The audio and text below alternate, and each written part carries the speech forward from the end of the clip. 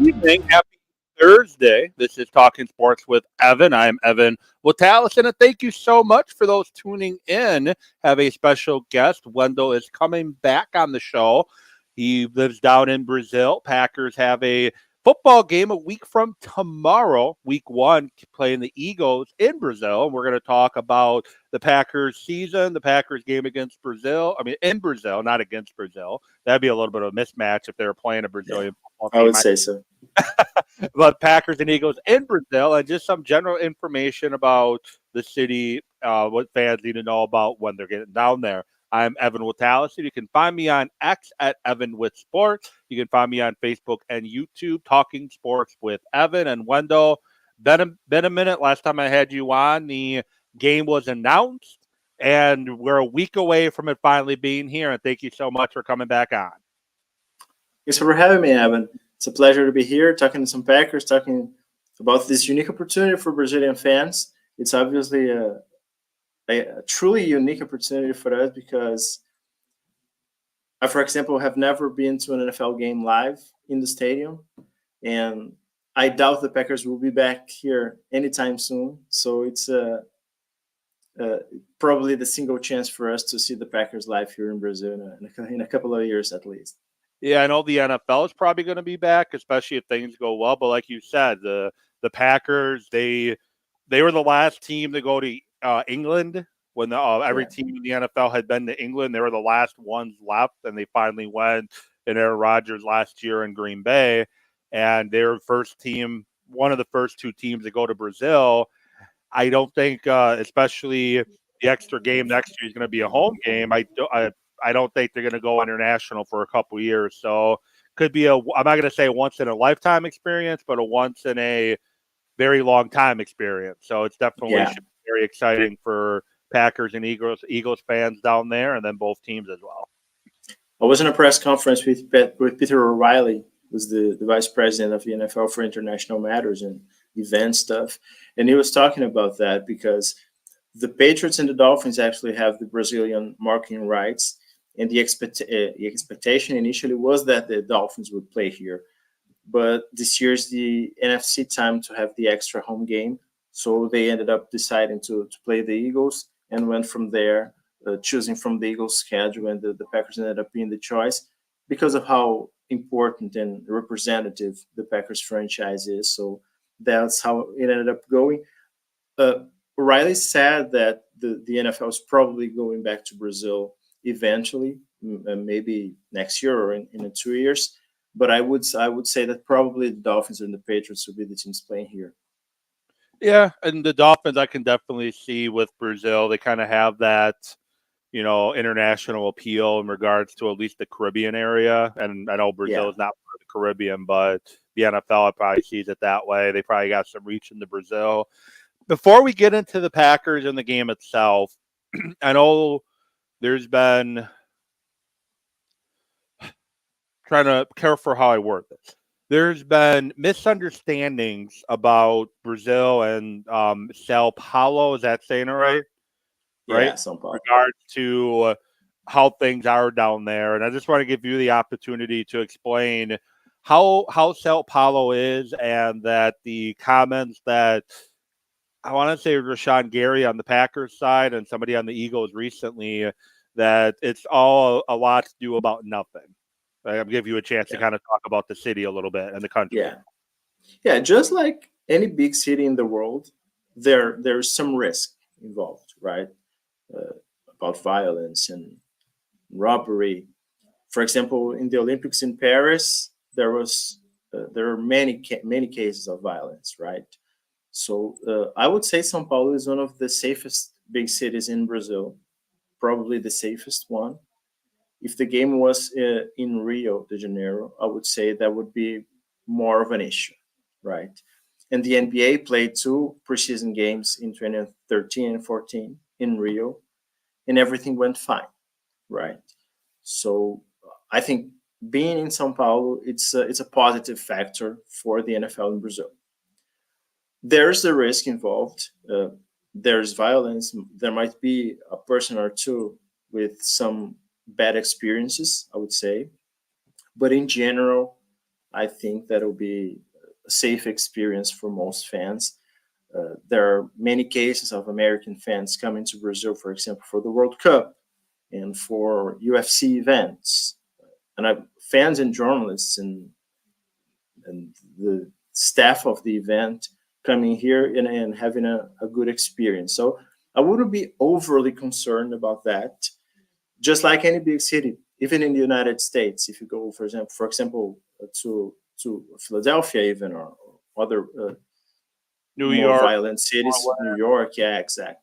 You you can, know, or those type of cities, probably the same type of expectations. There's areas to avoid and there's areas to explore, pretty much like any. exactly, yeah. São Paulo is exactly like that. There are areas, and the area around the stadium is kind of not the safest place in the city, but there will be a extra security for the event for sure, for fans to be safe, and I don't foresee big issues about that. And there's also the green stuff about the color green. It has nothing to do with gangs. I think I mentioned the other time I was here. It has to do just with the soccer rivalry between Corinthians, which owns the stadium in which the game will be played, and Palmeiras, which is a green soccer club. But there's nothing about gangs, and you can wear green. I'll probably be wearing green on Thursday on the eve of the game, and there's nothing to be concerned about in that regard. We have Felipe watching on YouTube. Going to put it up here on the screen. Yeah, Wondering what are you most looking forward to with the game in Brazil? yeah. More than the game itself, Felipe is a big friend of mine. He writes for Zone Coverage and Cheesehead TV. Is a big friend. He's an excellent writer too. More than the game itself, I think I'm excited for the experience to be around a lot of people that I've known on Twitter or digitally, and haven't been able to have the experience to know personally. Felipe is on one example, and guys from the United States like Aaron Nagler and the people who cover the Packers. That's certainly I think the thing that I'm most excited about. Obviously, having the opportunity to watch the Packers live is huge, and see the game in the stadium. It's a unique opportunity, as I mentioned earlier. But the opportunity to know people and to have that connection with people, with Packers fans from around the globe, it's really special for me. Looking for the question so I can give credit to the person that asked the question, but I did post on X earlier this week when I announced that you were coming on. We had somebody. Oh, here we go. David Davis at Dole 21. He asked the question. So tailgating huge in Wisconsin. Packers, Brewers, Badgers, tailgating culture. Um, David's asking, how many Brazilian Packer fans do you anticipate tailgating before the game? Yeah, when David sent us this question, I checked with the people at Packers Brazil, which is a Twitter profile. They're organizing an event alongside Cheesehead TV, and it'll be on Thursday night at a bar. I don't remember exactly the name of the bar, but you can check on their Twitter page, Packers Brazil, with Brazil with S in Portuguese, Packers Brazil. And there will be 300 people. They sold out the event on Thursday night. It'll be a watch party for the kickoff of the NFL between the Chiefs and the Ravens, and also obviously an opportunity to reunite Packers fans or to unite Packers fans that will be in São Paulo. That will be in São Paulo for the week of the game. So I expect 300 people to be there, and it'll be great because actually most people that I'm talking are arriving in São Paulo between Wednesday and Thursday, right? So there won't be a lot of time to hang out. So this specific event on Thursday night will be special because that will be the great opportunity to get people together, to drink some beer, to have some fun and watch some football. So yeah, I think that'll be the central point before the game.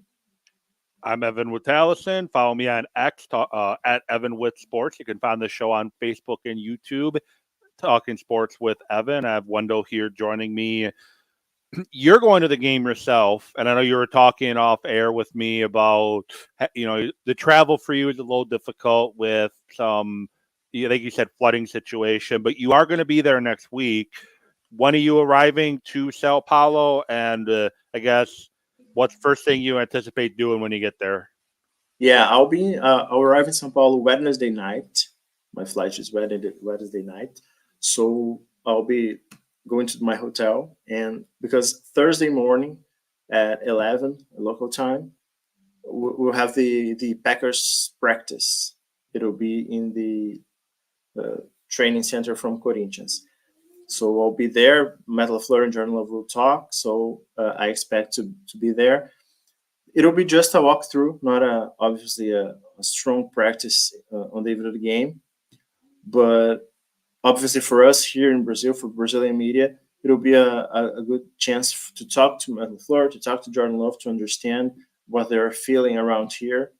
And then on Friday, we'll have the game, which is 9:15 local time. I guess it's 7:15 Wisconsin time. Yeah, Central time. We'll just say Lombardi time. Make it easy. 7:15 Lombardi time. Yeah, exactly. So you're 2 hours ahead of right? Is that right? Exactly. So When daylight saving times end, when the daylight saving time ends, then it's 3 hours from Central Time. But now it's 2 hours ahead. Okay.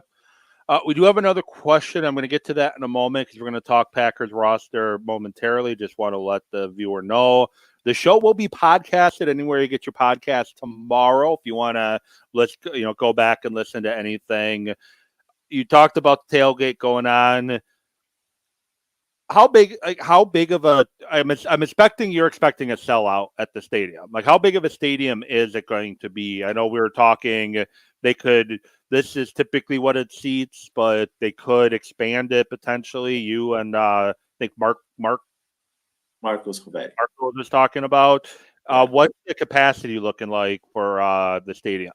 Yeah, the stadium won't be expanded for this game. It'll be 48,000 people, and yeah, it has been sold out. So the move around the selling tickets and buying, Packers fans in Brazil were crazy about that because it was tough to buy tickets in a couple of hours. It was already sold out. So yeah, I have no questions that the stadium will be packed. I don't know exactly the share, if there will be more Packers or Eagles fans. I expect many more Packers fans than Eagles fans, and actually a lot of neutral fans too, because it's the first game ever in Brazil, right? So for the most part, any NFL fan wants to be there. So we expect a huge number of neutral fans too. But for the most part, I think there will be more Packers fans for sure. Now, know you're a Packer fan, but you're also in the media. You cover the Packers, the NFL, and AFC East at A to Z Sports NFL. From a media perspective, got to be a lot of stories that you can tell, side stories and everything from the game itself, I'm guessing. Yeah, exactly. No, it's a big game. It's a big event for the NFL too, right? Because it's not only the first game in Brazil, but also the first game in South America. Brazil is the third market in terms of popularity around the world, just behind the United States and Mexico. The NFL expects there are 36 million NFL fans here in Brazil. So it's a huge amount.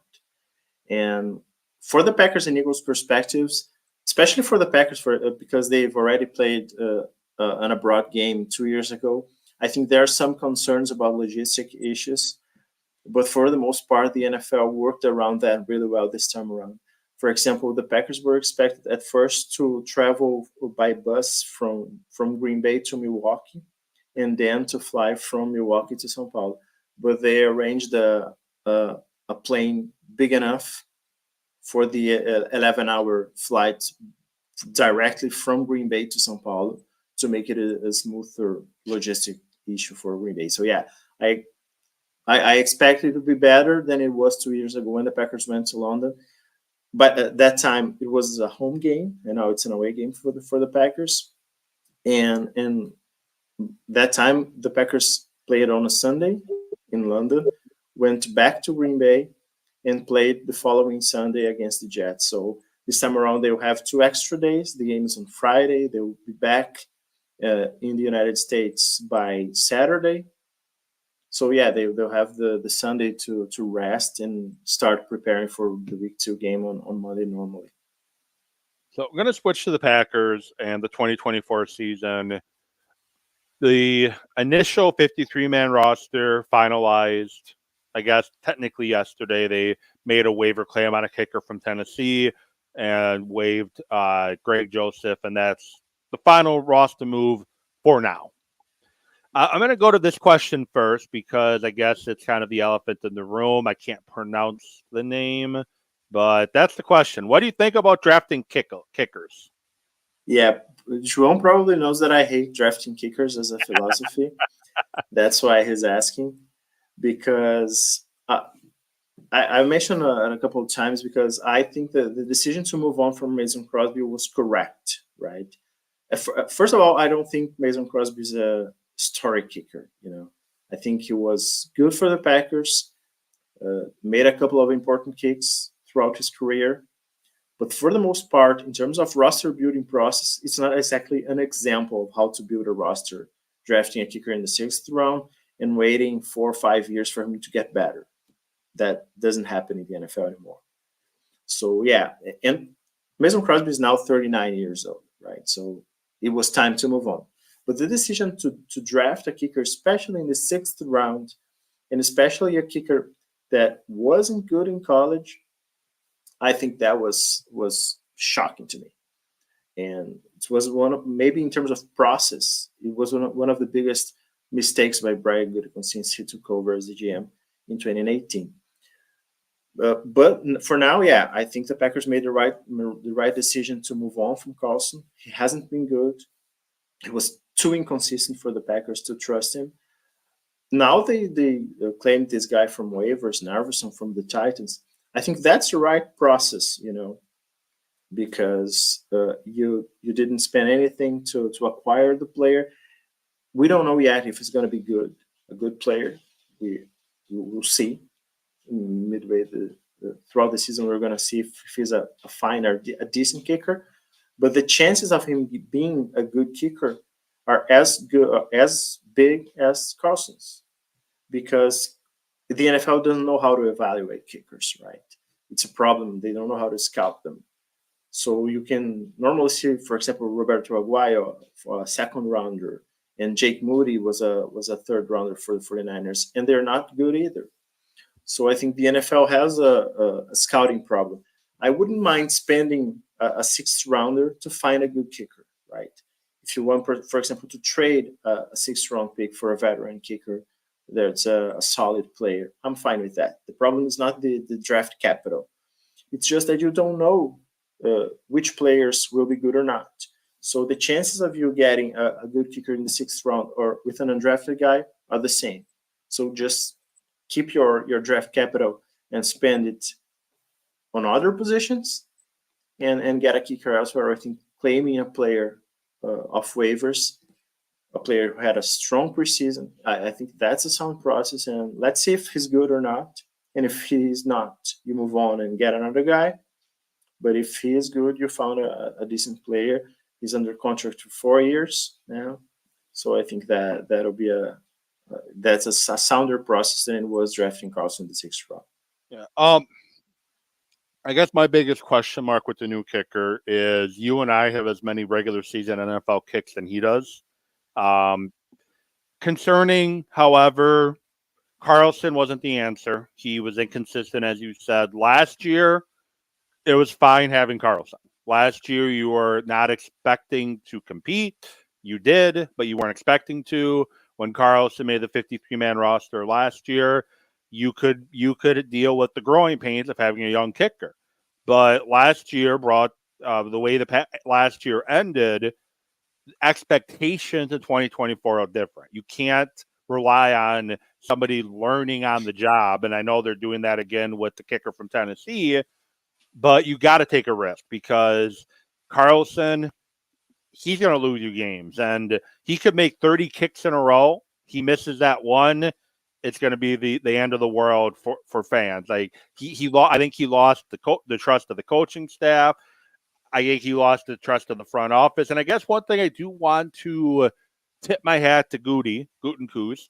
One of the things Ted Thompson did towards the tail end of his tenure is he hung on to guys too long. If he drafted you, he was going to do everything possible to try to make it work.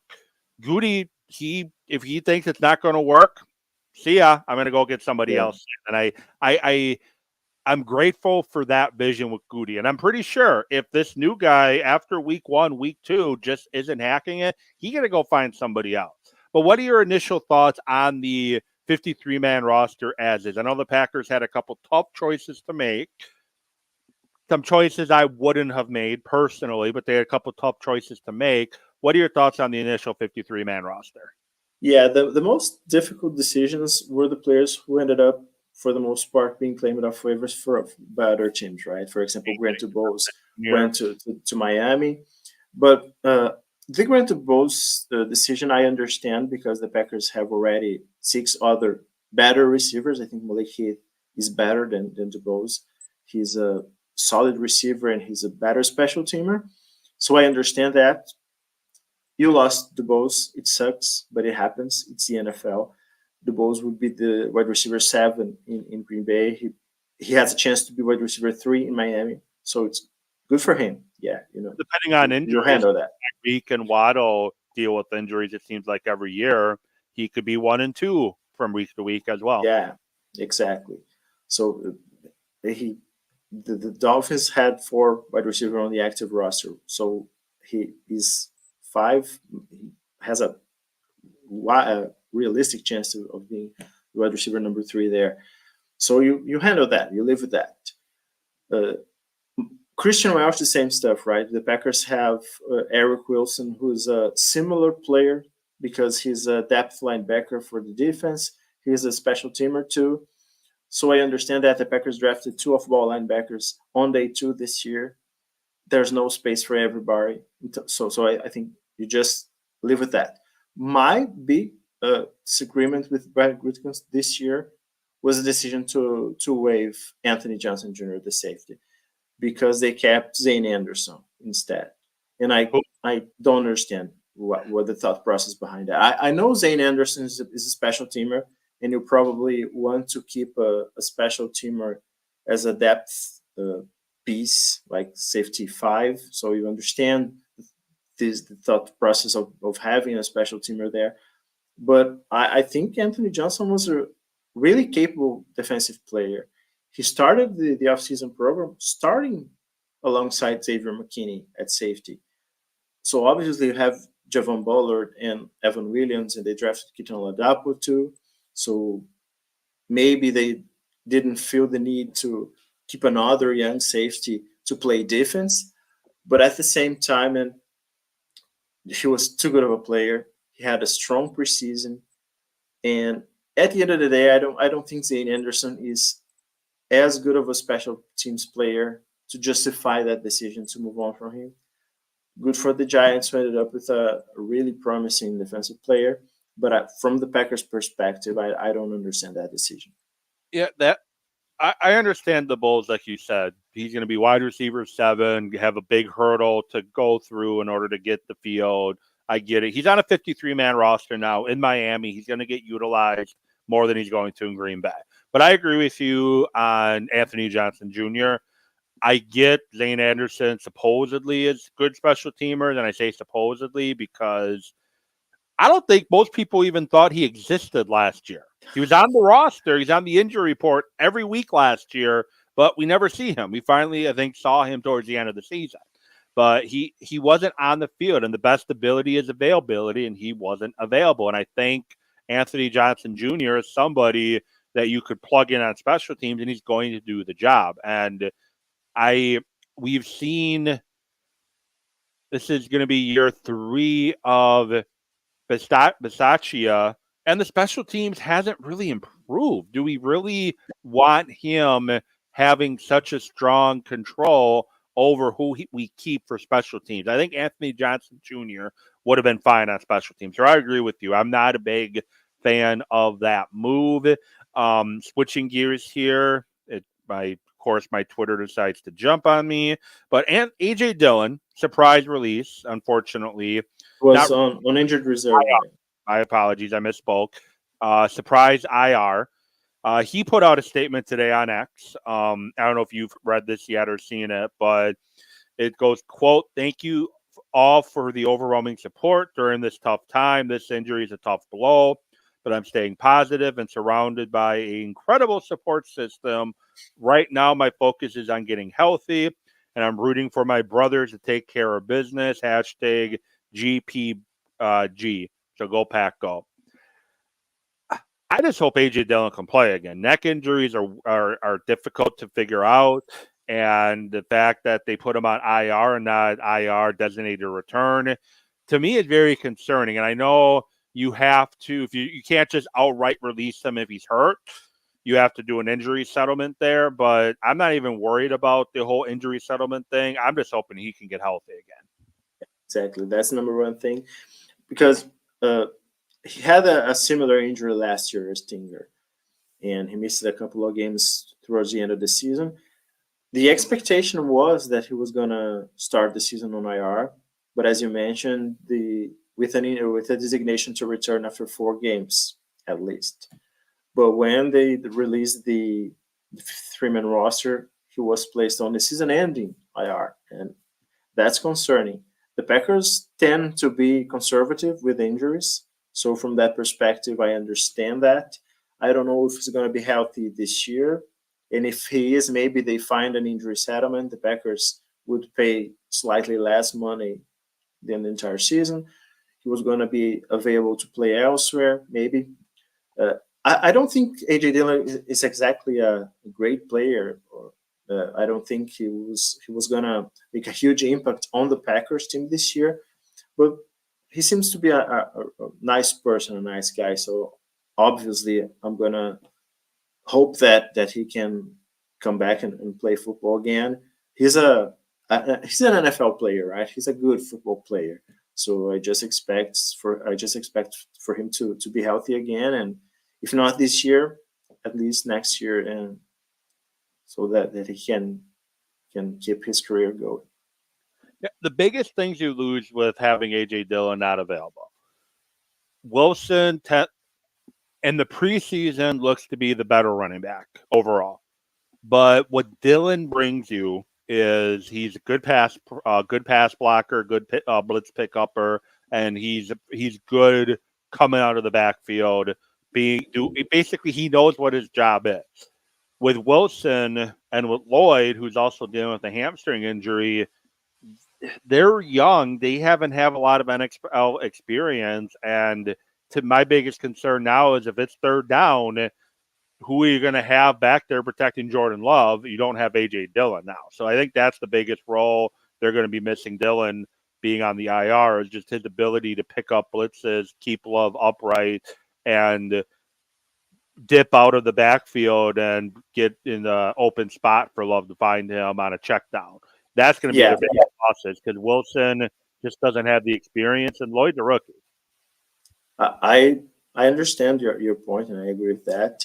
I wouldn't be surprised if the Packers ended up signing another depth running back at this point. But on the other hand, I think the part of the thought process to sign Josh Jacobs was that he was able to carry a heavier workload than Aaron Jones. If you look at their numbers throughout their careers, Aaron Jones entered the NFL in 2017, and Josh Jacobs entered the NFL in 2019, 2 years later. And Josh Jacobs has already had more touches. So I think the Packers' thought process there was, Josh Jacobs is a stronger back, and obviously he's younger and he's been more productive in terms of volume. So I think the Packers' idea with moving on from Aaron Jones and getting Josh Jacobs was that he was going to be on the field for 3 downs for the entire season, and they wouldn't be necessary to be switching backs all the time. Because, for example, obviously last year it was a difficult year for Aaron Jones. He missed, I think, 6 games because of injuries. But even when he was fully healthy for the entire season, he wouldn't play more than, for example, 60% of the snaps. So I think the expectation with Josh Jacobs is, if he's healthy for the entire season, he's gonna play maybe 70% of the snaps, 75% of the snaps. So Emmanuel Wilson and Marshawn Lloyd will be more of when it's a specific situation, you need a faster back, for example, or a change of pace, then it makes sense to put those guys on the field. But for the most part, I think the Packers are really willing to let Josh Jacobs carry a heavier workload than Aaron Jones ever did. So 2024 season, week from tomorrow, the regular season starts. What are you what are you most looking forward to in the 2024 Packers season, and what are you most concerned about? And you can't say kicker. We already talked about kicker. Yeah, no, it's fair enough. I think that I think they're related, right? I think the thing I'm most excited about is the Packers defense under Jeff Hafley, how it's going to work, because Jeff Hafley comes from a system at Boston College that's truly single high heavy.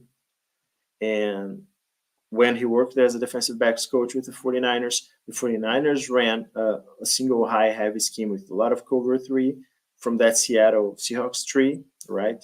And the NFL evolved since that time. Robert Saleh, who was the defensive coordinator at the time, is running a different style of scheme. It's the same basic scheme, but with a lot of modifications and updatings. So I think the Packers will have to run a more diversified scheme too, with some disguises post snap, like the Ravens did last year with Mike McDonald, and with more too high scheme. So I'm expecting a little bit of a modification there, but at the same time, I want to see how they play, the energy. I think for the most part, the trio of coaches from the Vic Fangio tree, Brendan Staley, Joe Barry, Ed Donatel, those guys, they, on paper, what they proposed makes sense, but the energy of the players don't feel comfortable playing that scheme. So I think with Jeff Hafley, the Packers have the chance to be a more energetic defense, and with an attitude more energetic and more willing to, for example, tackle and play without thinking too much. And that's what I'm most excited about watching this year. And for the concerning part, I think the Packers have a strong defensive front. The defensive line is really good and is a good fit for the defense, for the defensive scheme. But at the same time, on the other positions, we have question marks, right? For the rest of the defense. The off-ball linebacker unit is really concerning, because I don't think Quay Walker has lived up to the hype of a first-round pick. The second linebacker probably will be Isaiah McDuffie to start the season.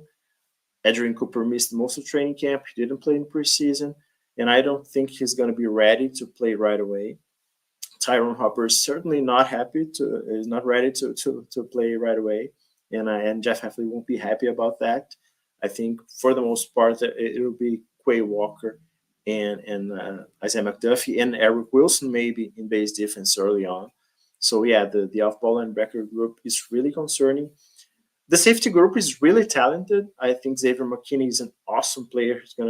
He's the best safety the Packers have had since the Super Bowl era, 2010, because he's really talented. He's young. The Packers obviously have Javon Bullard and Evan Williams too, who are two extremely talented players, but to your point, they are rookies, and it's hard to know for sure how they'll perform as first-year players.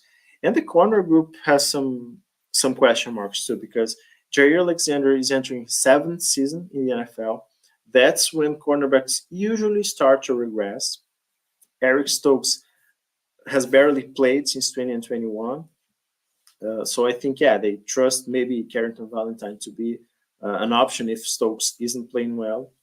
But there are question marks throughout the defense. And so, yeah, I'm excited to watch how they perform under Jeff Hafley, but I'm not sure they'll have immediate great results, right? Yeah, I know we didn't get to see a whole lot in preseason because it's preseason.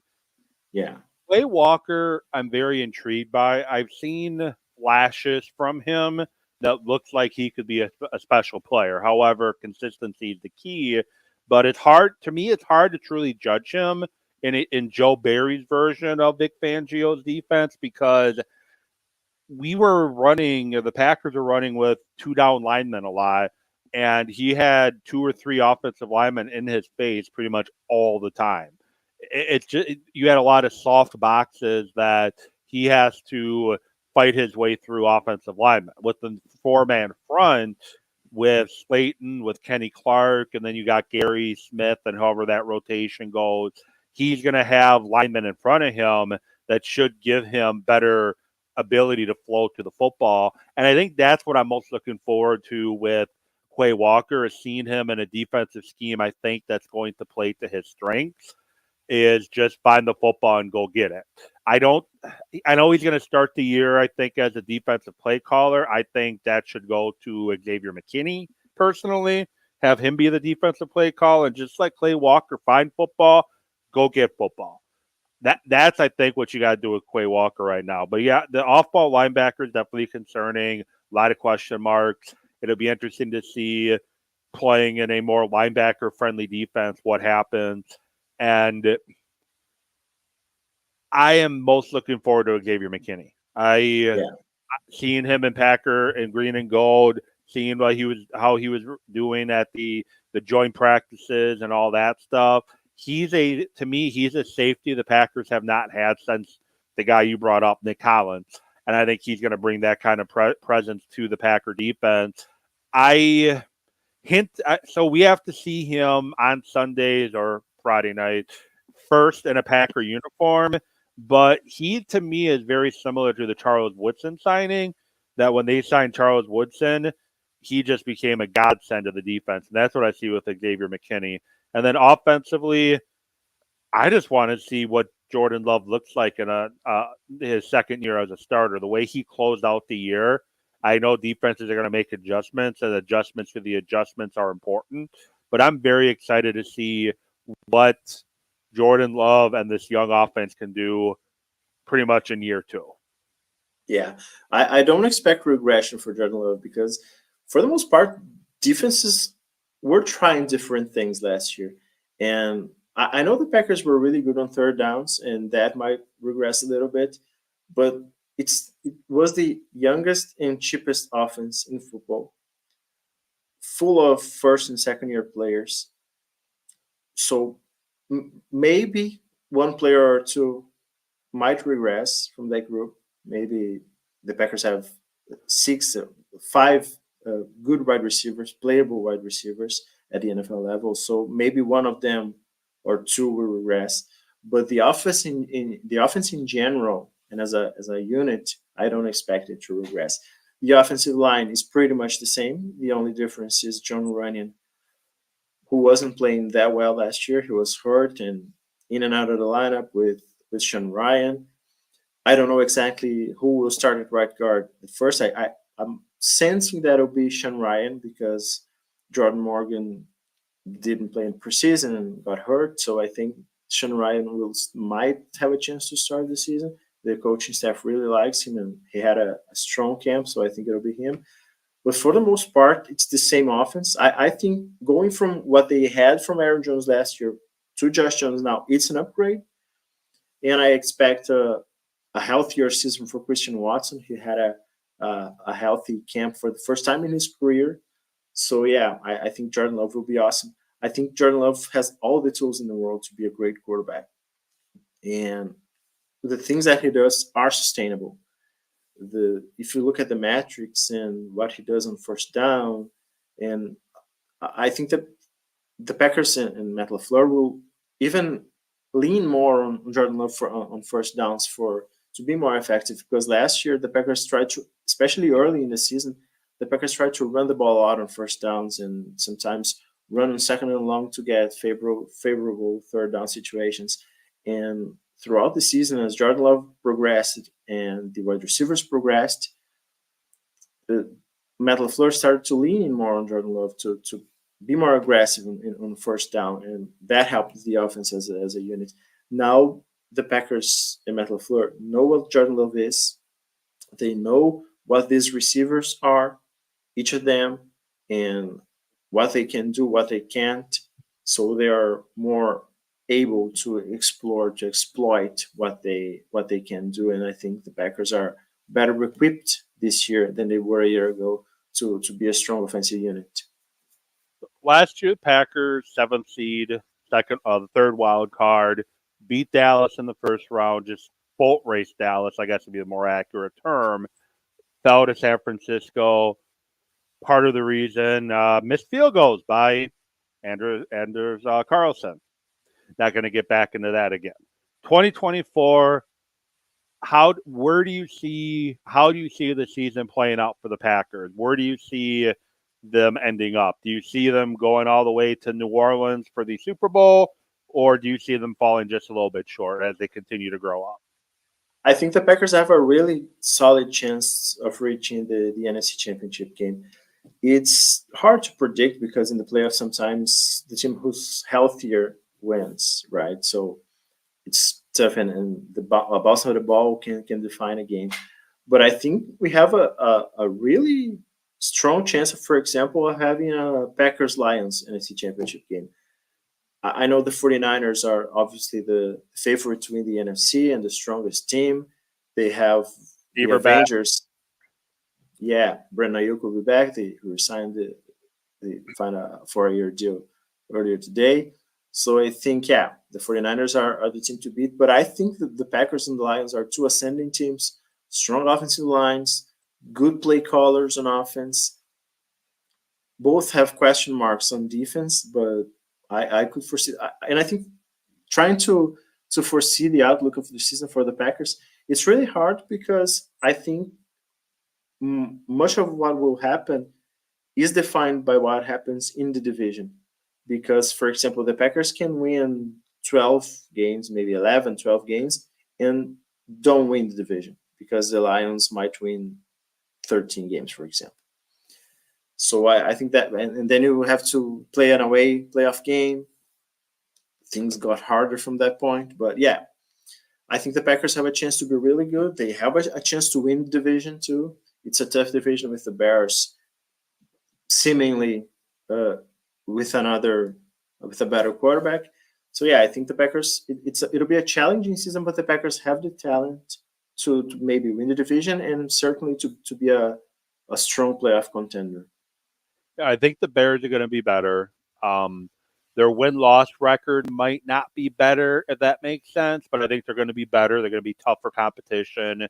Caleb Williams, how quickly he adapts to the NFL is going to be the biggest difference between them. If he struggles as a rookie quarterback, as a lot of rookie quarterbacks do, could be a long season for the Bears. If he's CJ Stroud, it could be a long season for the Packers and the Lions. And the Vikings, with their quarterback situation, Sam Darnold out there, I'm not too worried about them. I think the division's a two-team race in Detroit and Green Bay. And like you, I think they have a good shot at getting to the NFC Championship game. Now, beyond that, I think you nailed it right on the nose. It's going to be all about health.